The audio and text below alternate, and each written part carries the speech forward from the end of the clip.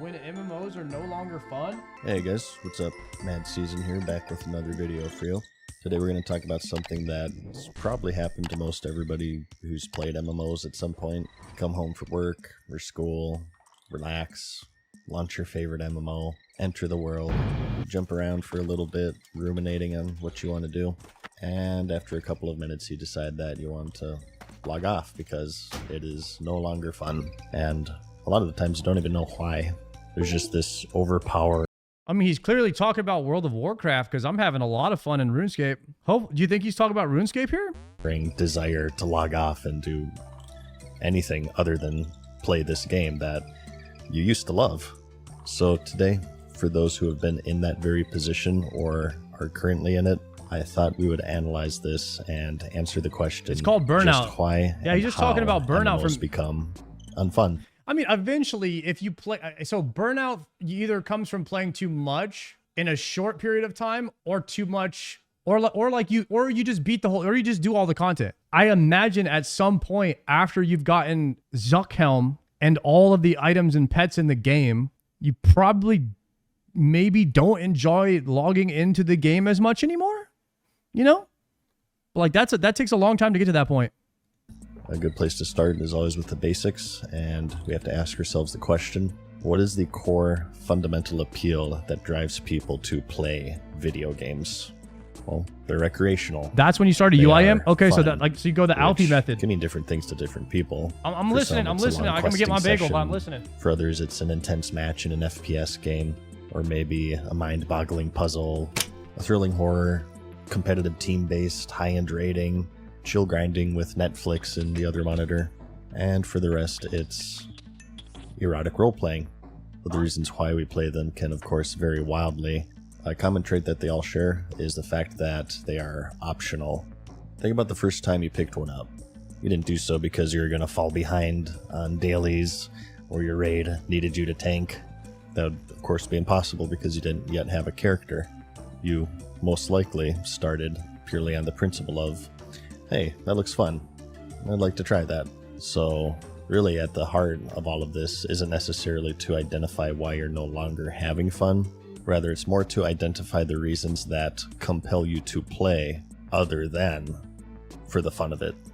We have to first identify exactly what this pressure is that's causing you to log in. And as it turns out, there are a plethora of reasons for that, whether that be inside through game mechanics and design, or even outside to some of the more psychological aspects of what compels us to play these social, addictive MMORPGs. I think it would be best. Bro, Mad Season used to put hella effort into his videos. When he became a RuneScape player, now he levels his agility while he makes his videos. That's crazy. No XP waste. He's changed. To start off with the more straightforward stuff first, starting with FOMO, or fear of missing out. Right around the turn of the 2010s, gaming, Jiffy, thank you for the prime. Particularly MMOs, started this transformation that was largely influenced by mobile gaming. It was around this time is when they really started to surge in popularity. The games were colorful, exciting, handheld hits of dopamine on the go, no matter where you were, whether that be school, work, gym, bathroom, behind the wheel. In particular, they proved to be extremely effective in retaining players because they had one secret power, and that was the ability to grab their attention at all hours of the day because, of course, we always have our phones on us. They're like herpes. They're a constant companion. They tether us to the wonderful world of social media, as well as social contacts and addicting games. It's much easier to get our attention when we receive a ping on a device that's on hand 24/7, that a chest is ready to open, or some rewards have come in, or your daily and weekly timers have reset. And so, slowly over time, as they became more and more popular, other games, namely the MMO, saw this opportunity to adopt this very effective way of retaining players. Timers. Timers upon timers upon timers. Dailies, weeklies that are comprised of dailies, monthlies that are comprised of weeklies. Complete these daily quests, do your daily dungeons, scratch your ass daily, holiday events, battle passes, you name it. It's all over most every genre nowadays. Developers have really discovered the power of FOMO, and in a lot of cases, the player isn't rewarded for playing as much as they are punished for not logging playing. in. But whatever the case may be, the reason to log in is no longer this pure wholesome fun of it. A new warrior has entered the ring, and RuneScape doesn't have this. RuneScape is not punishing people for not logging in. There's no weekly loot chest, weekly drops. The only time I think you were punished in RuneScape, that to my knowledge, when I was like a kid and I was playing, is like if you didn't log in around Christmas time, you didn't get a Santa hat, and you kind of got punished that way, because then Santa hats ended up going for tons of money later on. But that's all I can really think of. it begins to dominate a significant percentage of the reason why players log in. Here's I've got this is especially true in modern times, as MMOs have become Bro, that's 10k XP. That saves you like 5 minutes. more understood, and the min-max optimization culture has taken form. And this isn't to say that any and all daily or weekly timers automatically equate to a game being bad or illegitimate. I think it's pretty reasonable to say that most would agree that there are places for them, just little nudges here and there to reward for some form of consistent play. But it's when they begin to take this huge share of the pie and dominate almost every corner of the game is where it starts to become an issue, as the player can feel suffocated as they're constantly bombarded with timed task after timed task before they can actually do the fun thing that they originally clicked the play button for. It's a reduction of freedom. It's the developers guiding the player down this very controlled path of do these specific things and then you'll be free, which for a lot of players encroaches on the fun part of it, as it's antithetical to one of the core fundamental traits of the genre, and that's freedom. The MMO is sort of all about being thrown into this giant world with so many different things to do, whether that be questing, dungeons, raiding, PvP, economy, grinding, professions, achievements, challenges, to name a few.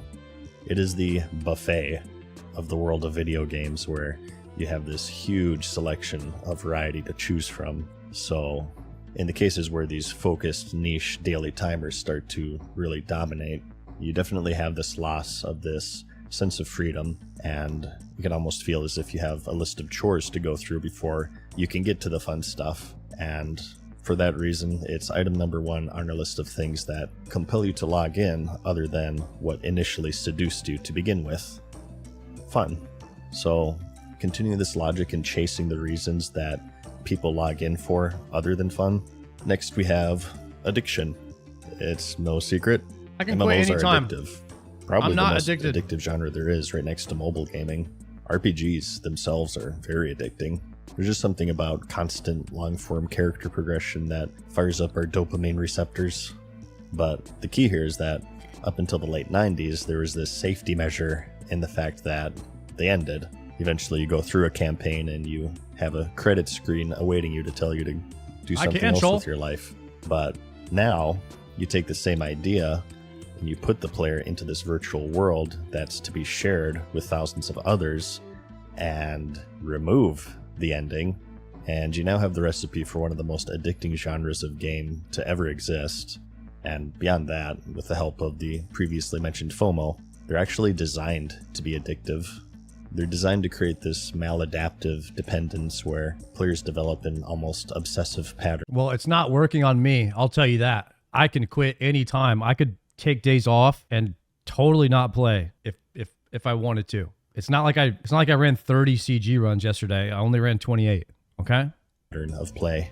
On my day off. 50% of players self-report and consider MMOs to be addictive, with symptoms mirroring substance abuse disorders, such as constant thoughts about the game, irritability or stress after 24 hours without playing, failed quitting attempts. Trust me, I know a lot about that one. And as well as using the game to escape real-life problems.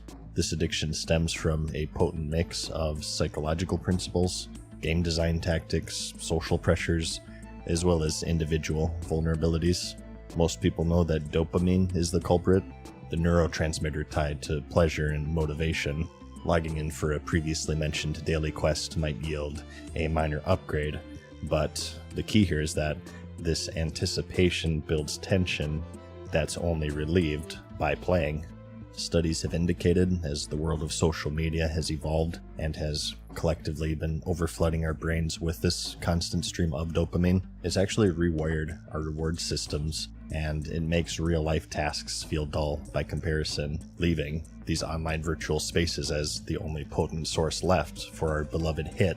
This is quite often cited for studies relating to social media, but what many people fail to realize is that MMOs are social media. I would say it's more on the media side rather than social in comparison to the standard platform, but it's an online multiplayer game with communities and microcosms held within, and it's surrounded with these RPG-like characteristics to serve as its reward structure. Since it is multiplayer, progression is valued because it's relative, and developers recognize this as they often consult behavioral psychologists to optimize these loops, ensuring the grind, as repetitive and as low stakes as it may seem to be, keep the players hooked without burnout. This is more common in MMOs structured around vertical progression as opposed to horizontal, but they're made to be competitive.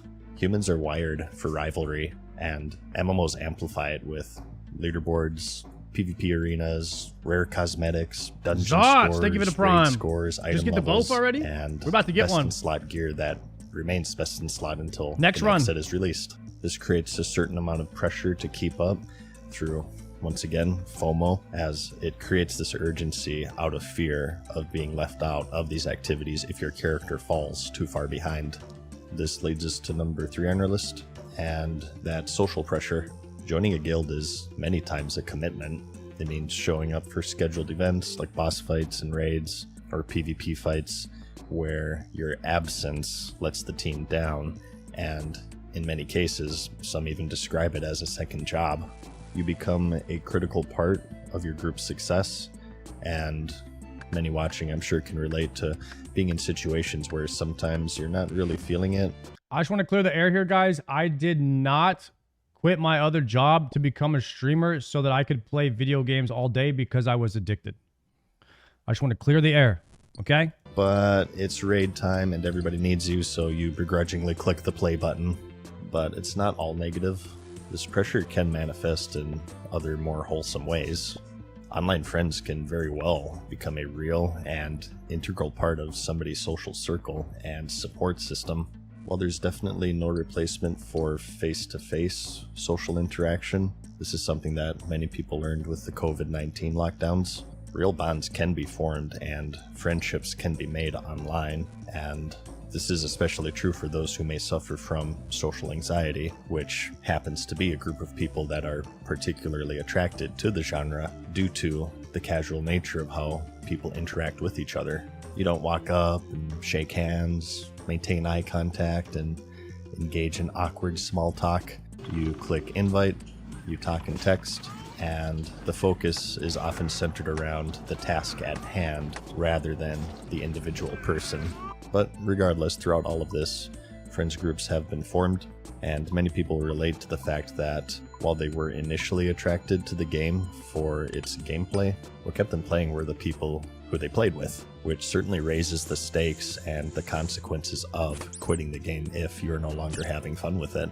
Damn. For many people, I miss this is Zaryu their and Sunday Sony night already, football guys. party or a weekend at the bar. For many, it's become a social activity that has this consistent and valuable place in their lives, even if they grow to dislike the game itself.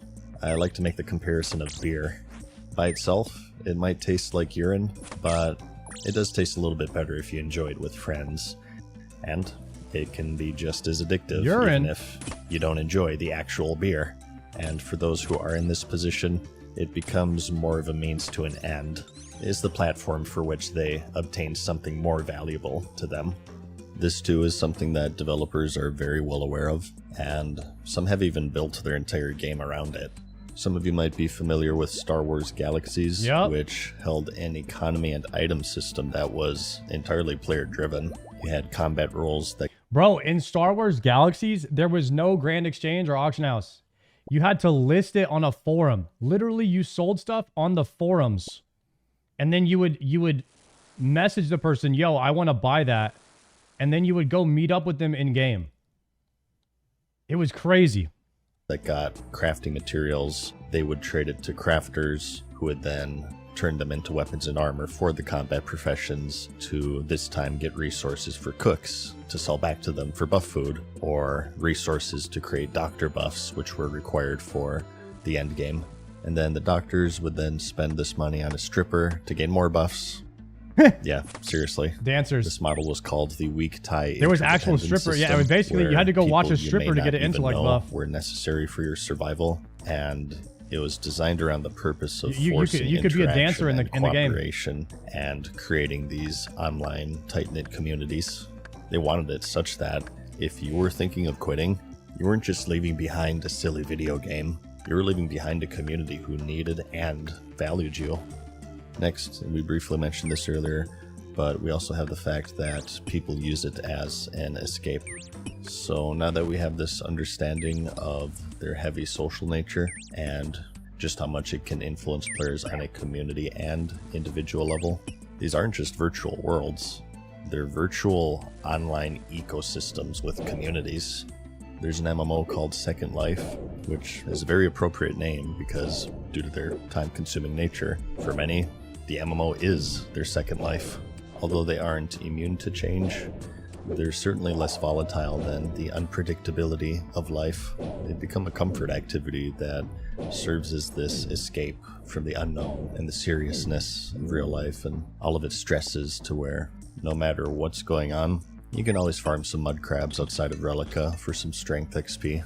This is certainly a double-edged blade that can be good or bad, depending on an individual basis, how much self-control that person has, and if they use them as more of a place to destructively run away, as opposed to perhaps a more constructive temporary respite to gather their breath and thoughts before they tackle whatever it is that they are temporarily escaping from. Humans love routine, and for many, even if they don't particularly enjoy it even, partly because the previously mentioned dynamics like FOMO, which get you to log in every day, it's still become this daily substantial part of their routine.